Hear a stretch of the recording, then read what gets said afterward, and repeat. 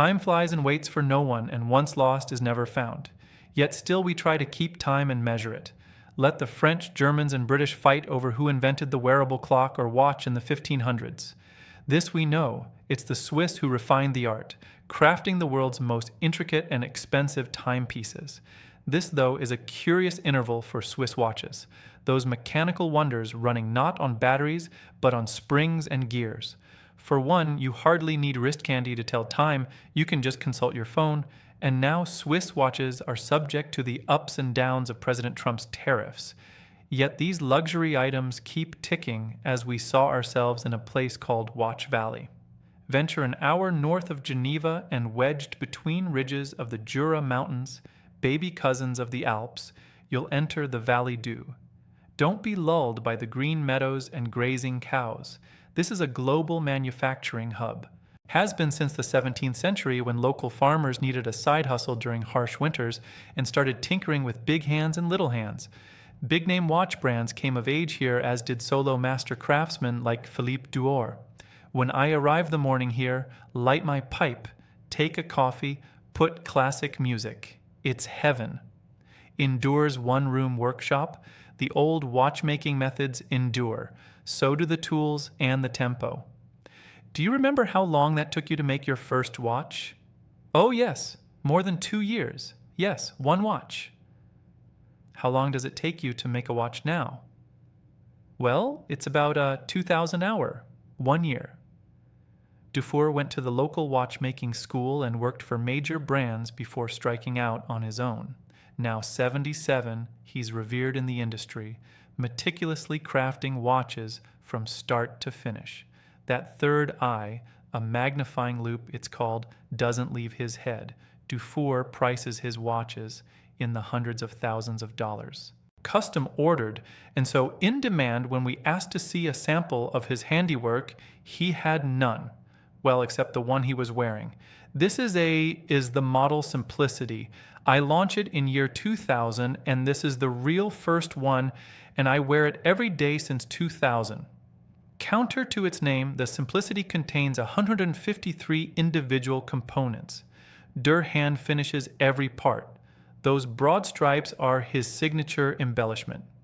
Today, Swiss mechanical watches are like fine art pieces, appreciating assets that collectors can and do resell at auction. The one and only Philippe Duor, and there won't be any others.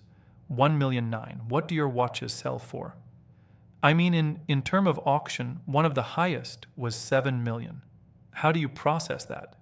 Well, I'm very happy. I don't get the money because it's not mine anymore. You know what I mean? But I mean, it's a recognition.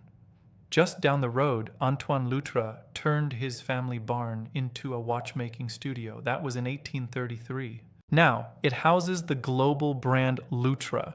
The work is segmented, each employee tasked with one of 180 watchmaking crafts, adjusting springs sure, but also turning caterpillar secretions into glue for jewel bearings. This artisan reproduces masterpiece paintings on the back of the watch with a one-thread brush. The back of the watch is prime real estate at Loutre, best known for a model called the Reverso, originally made for polo players who needed the watch to be protected during competition. Flip the face and voila. On our tour of the shop floor with brand director Matthew, we watched a worker assemble his first Reverso. Hundreds of hours go into perfecting this chime alone, much nicer on the ears than Siri. It's called a minute repeater. Leave it to the Swiss to pioneer what are known as complications. Watch speak for those additional mechanical flourishes beyond the basic display of time. Consider the perpetual calendar. It tells you the day of the week, the date, the month precise until 2000. This accounted for leap year. You don't have to check this for the rest of the century? No, you just have to wind it. The watch is a little computer. It knows everything. We joke about a computer, but this is entirely mechanical. Yes, there is no electronic at all in this timepiece. Everything is gears, gear trains, wheels, and springs. Watchmakers don't get nervous having an item in their hand worth $1.5 million that might take more than a year to put together. We are nervous. You look cool though. You pull it off. You look cool, but I'm not. On the other side of the Jura Mountains, the goods come to market. Geneva, a cross between a city and a Swiss watch showroom. Rolex is the biggest player, more than 1 million units a year, roughly a third of the Swiss market share. Pharmaceuticals and banking are bigger sectors of the Swiss economy, but it's watchmaking that draws out the national character. Marc-André Dachu is the founder of Watches TV. In Switzerland, we like to do things well. We hear about that famous Swiss precision. It's all about very minute details. This is not a product that degrades over time. Not really. A watch movement is something that is absolutely incredible if you think about it. It runs 24 hours a day, okay? And some people are saying like minus plus or 5 seconds per day. Oh, that's a big thing. But if you think about it in the day, I mean, you have 86,400 seconds, okay?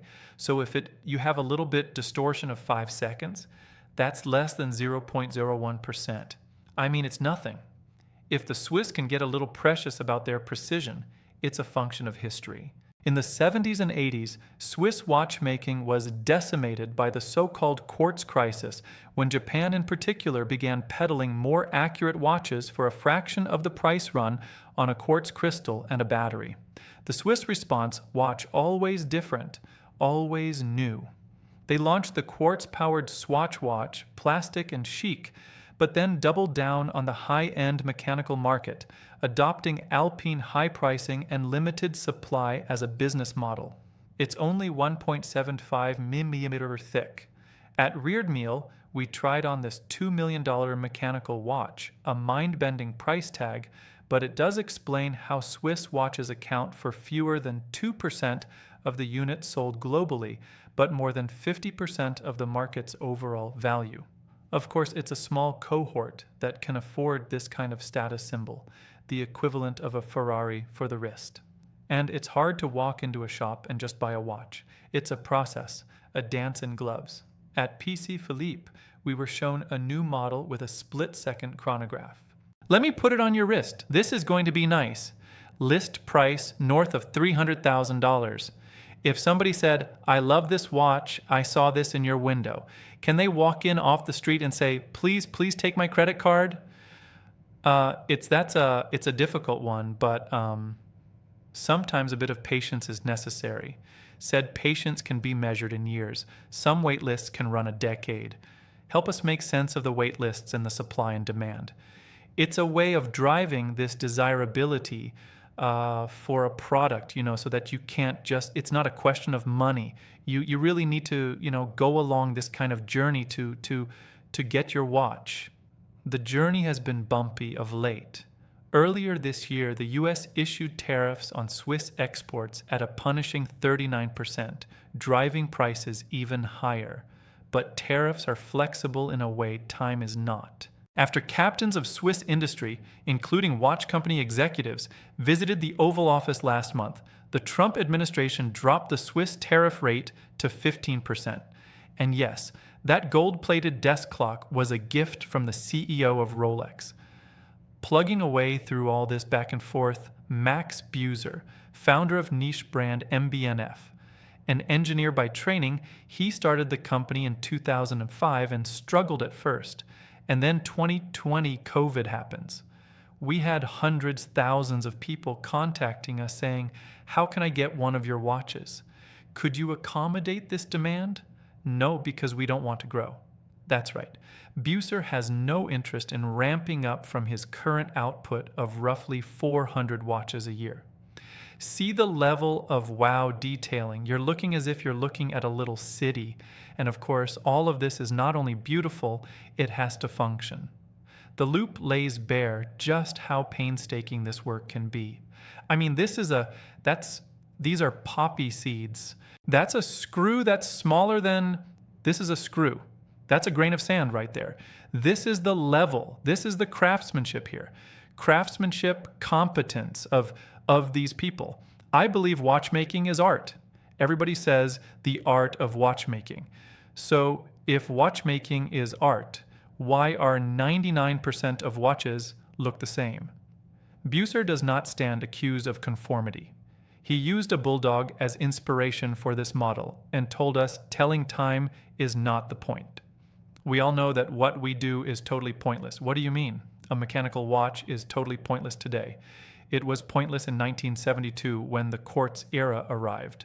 And so anybody who tries to tell you, yes, a mechanical watch has a point except for emotional art and artisanship, I don't think so. 364 components in the movement, 92 components in the case. Buser's company has grown to the point he recently sold a 25% share to the Chanel brand, but it's small enough he still interviews clients before selling them a watch, which can easily run $250,000. How do you, as an artist, feel about this when some of your customers are now viewing this not as a piece of art, as a functional timepiece, but as an investment? It really, really annoys me. It is the worst reason to buy a beautiful piece of watchmaking. Now, don't get me wrong, I'm very happy if our customers cannot lose money or even make money reselling one of our watches. It's a beautiful gift for both of us, but it shouldn't be the reason. You will not be surprised to learn where Buser found the template for his life's work. Philippe is a legend. He went solo when nobody was solo. Back in the Valley du, the OG Philippe de Four has taken on a new apprentice, Daniela, who also happens to be his 24-year-old daughter.